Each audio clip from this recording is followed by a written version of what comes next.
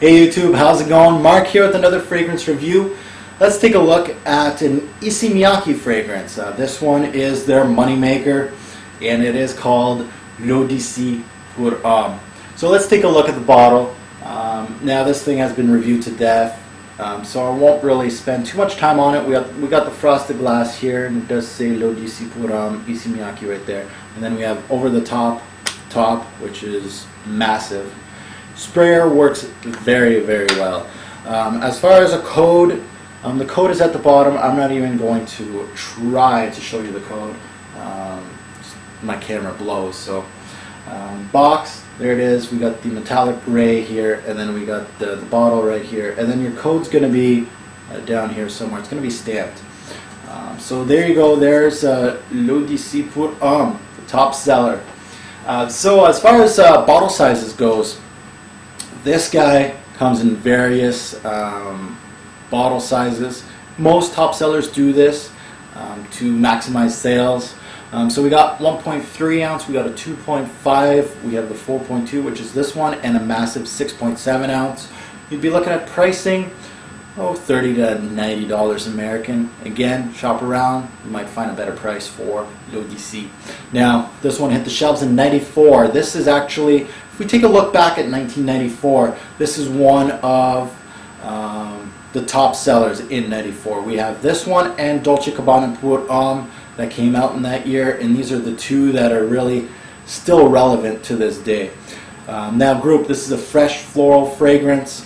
Parfumier is an amazing parfumier, Jacques Cavalier. Now, Jacques Cavalier has done some great fragrances for men. Diesel Fuel for Life, we all know I'm a fan of that one. M7 for YSL, and an Yves Gauche pour Homme. So two classics from the YSL brand. Recommended age with these fresh floral fragrances, this is what's fun about them. They're very transparent, very well done, very light, which means anybody can wear them, from your high schooler right up to your grandpa. You're good to go. Anybody can wear this. Now, how many sprays and where? This fragrance, I learned a small lesson with this fragrance. Even though it is transparent, it is light, spraying it around this area a lot will actually induce a headache, which I actually got from this fragrance. So what I recommend, one on the chest, one on the neck, just one, and then one on each arm, and I'm set. So 4 sprays. Try to avoid this area if possible, even though it is a transparent, fleeting fragrance. Just watch out with the sprays. 4 is good enough.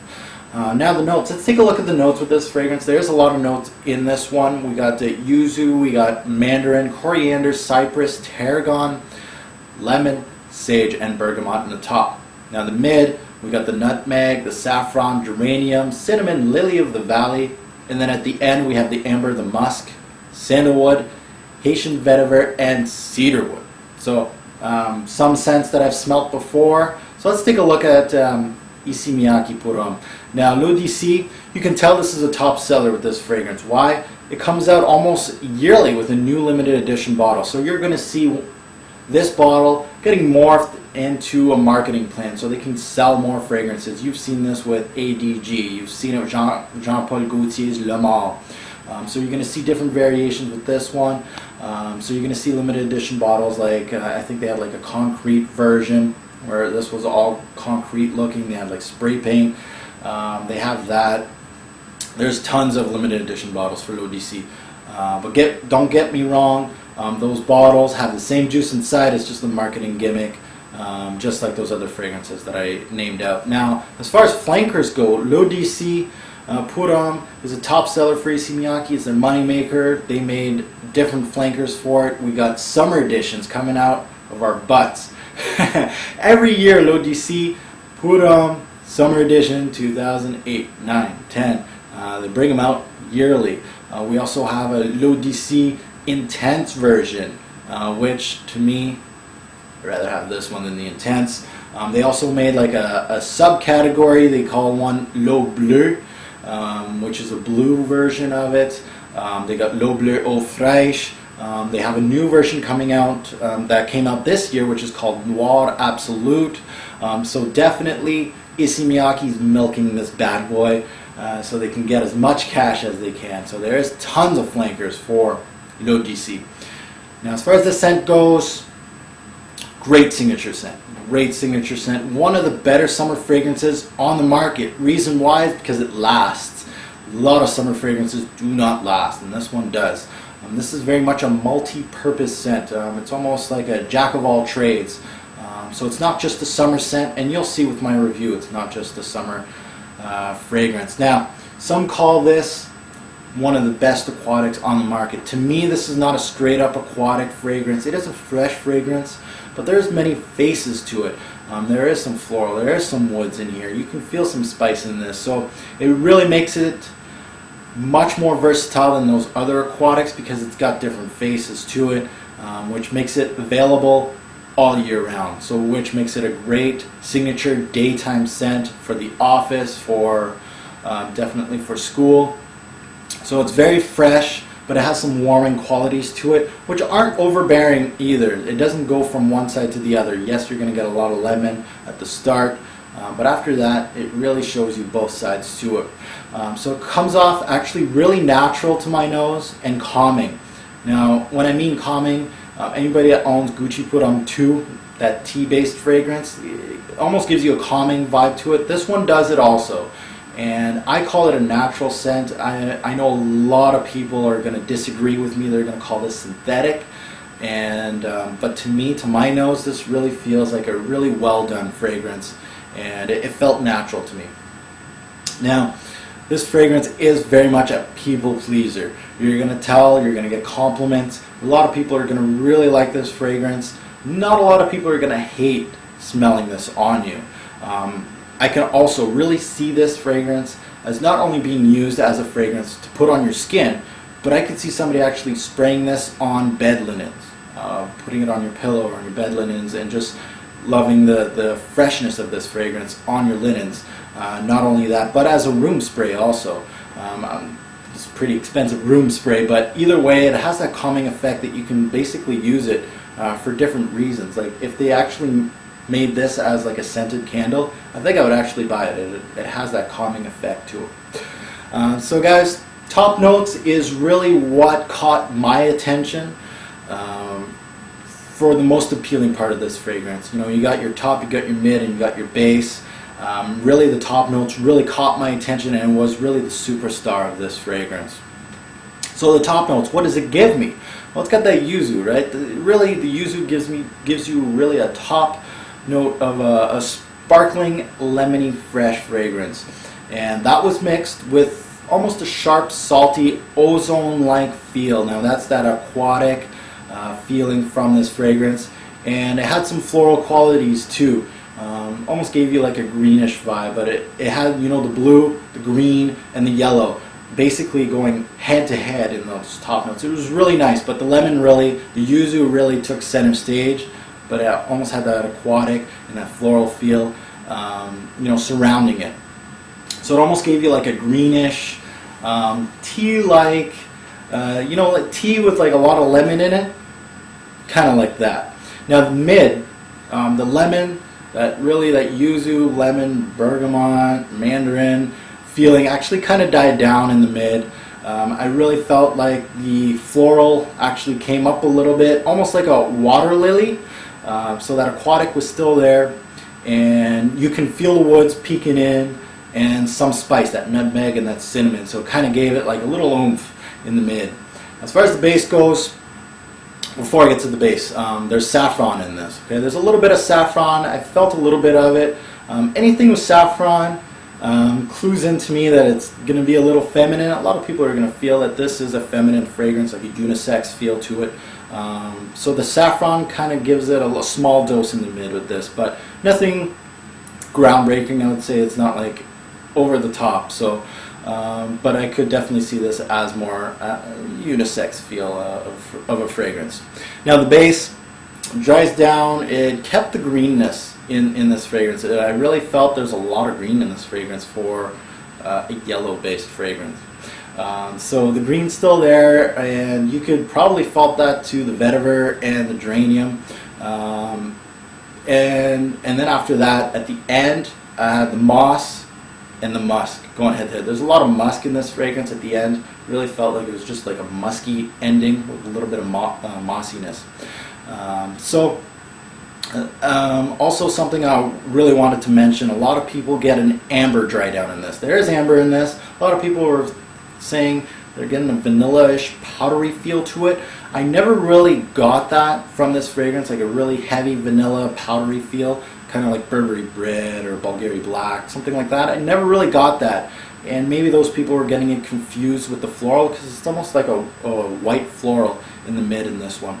But I never really got that powdery vanilla feel in this one. You might, I didn't.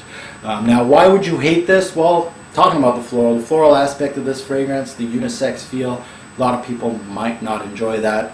Also, a lot of people that don't like this fragrance really don't like it. They get sick, headache inducing, which I think is by over applying with this fragrance, because a lot of people think, oh, this is a fresh fragrance, it's really transparent, let's spray 3, 4 on the neck.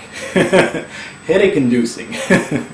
And also a lot of people felt this was synthetic. I didn't get it. Like I said, I felt really natural with this fragrance, but a lot of people did feel that this was a synthetic fragrance, and I felt it was worth mentioning.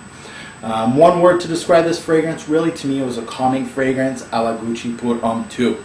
Bottles, if you own Boss Elements Aqua, L'Eau de Kenzo, ADG, or Zaro Now, you might want to take a look at Issey Miyake, L'Eau d'ici pour Homme. Now when I close my eyes, this fragrance reminds me of actually being near a garden, a pond, water lilies, with a cold glass of lemonade. That's the picture I get. Now, best time to wear this fragrance, the best time I felt was in the spring. Good for summer too, but really the spring was the best season for me to wear this fragrance. But again, I gotta mention, this is a year-round fragrance. I think it's got enough oomph to be a great signature working scent for you in the daytime. Also, compliment factor. This is going to be a new feature on all my videos. I don't know why I haven't done this. I've been working with Issey Miyake L'Eau d'ici pour Homme for over 6 to 8 months, and I think it's worth mentioning the compliments I was getting with this fragrance. If I got some, if I didn't, what does his wife think about it, what does family members, friends, what kind of compliment factor does this one get? As far as this fragrance goes, I'm going to say compliment factor was excellent.